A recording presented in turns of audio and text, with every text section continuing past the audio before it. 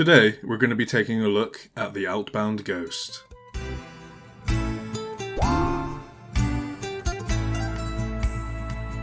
The Outbound Ghost is a mostly linear party-based RPG developed by a single person that takes heavy inspiration from the Paper Mario series of games, capturing a similar charm and aesthetic.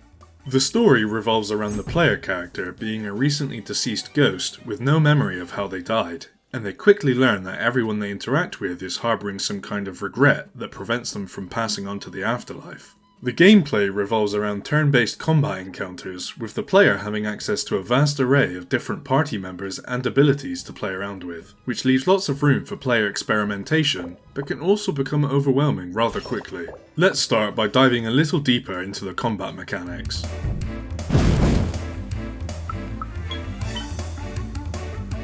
As previously mentioned, the Outbound Ghost is a party-based RPG, meaning your group can be comprised of up to 4 different members at any one time.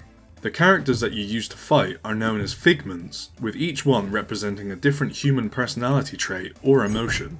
There exists an overwhelmingly large amount of different figments in the game, which is great for players who constantly switch up their party composition, but can be very daunting for less experienced players.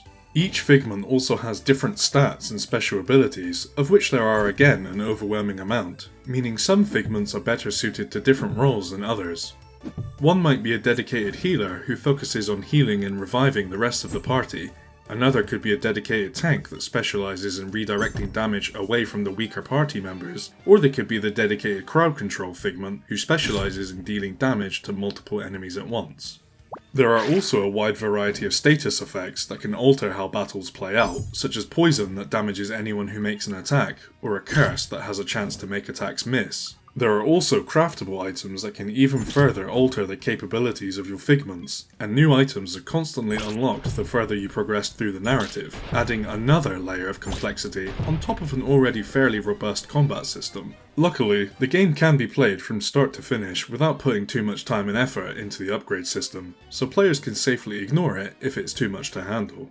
When it comes to the actual combat, the game utilises a traditional turn-based system where characters take turns based on their speed stat. Attacks also have to be timed correctly in order to succeed, with different attacks and abilities requiring different button press timings, which I assume is an attempt to stop combat from devolving into pressing the same button repeatedly. Now that we've covered the gameplay mechanics, let's talk about the narrative.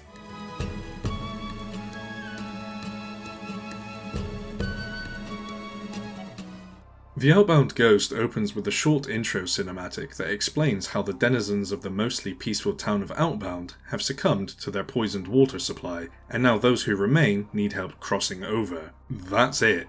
That's all the exposition the player gets for the moment. You're then plopped directly into the game world next to the burning wreck of a car which, presumably, you had been driving mere moments ago. You soon learn that you're accompanied by your first figment, regret. You're also the only one who can see them.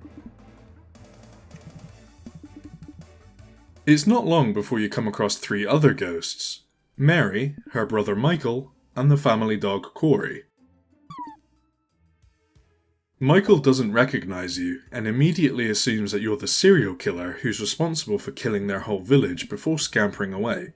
And thus, the seeds of the overarching plot of the Outbound Ghost are sown. Without spoiling too much, what initially starts off as a fairly straightforward murder mystery plot quickly devolves into a horribly convoluted mess, with multiple plotlines intersecting and ultimately going nowhere, numerous characters constantly appearing and disappearing, and an incredibly underwhelming finale. The entire narrative feels like it was a first draft that never underwent any revisions or quality control. Roughly the entire second half of the game involves playing through the events you already witnessed in reverse chronological order with a different character, but the whole sequence doesn't feel justified when you, as the player, don't learn any new information. It really feels as if the developer was concerned about overall playtime and just decided to add the content as padding. There are also a lot of NPCs in the game, but the majority of them don't play much of a role, if any. Some of them share a few jokes, but it's usually some variation of, "Now that we're dead, I'm glad I don't have to work anymore," so the attempts at humour quickly grow old. Now that we've covered the narrative, let's talk about some quick final thoughts I have about the game.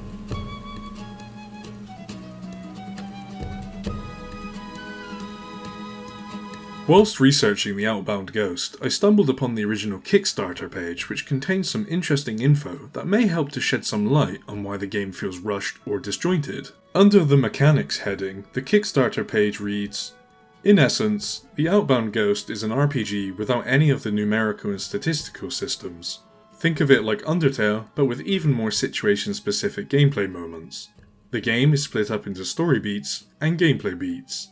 Story beats are the dialogue interactions you have with the ghosts of Outbound, while the gameplay beats are the systemic interactions that metaphorically represent how you're helping a ghost." Obviously that sounds pretty confusing, because none of what's mentioned there is actually in the game. The game doesn't have conversation choices or gameplay related to conversations whatsoever, and does have numerical and statistical systems, which could imply that the game underwent some pretty hasty changes towards the end of development, which could explain the messy story and gameplay padding. Obviously this is pure speculation on my part. The Kickstarter page also gives us a glimpse of some minigames that never made their way into the full release, which is a shame as some additional content to break up the combat is sorely needed.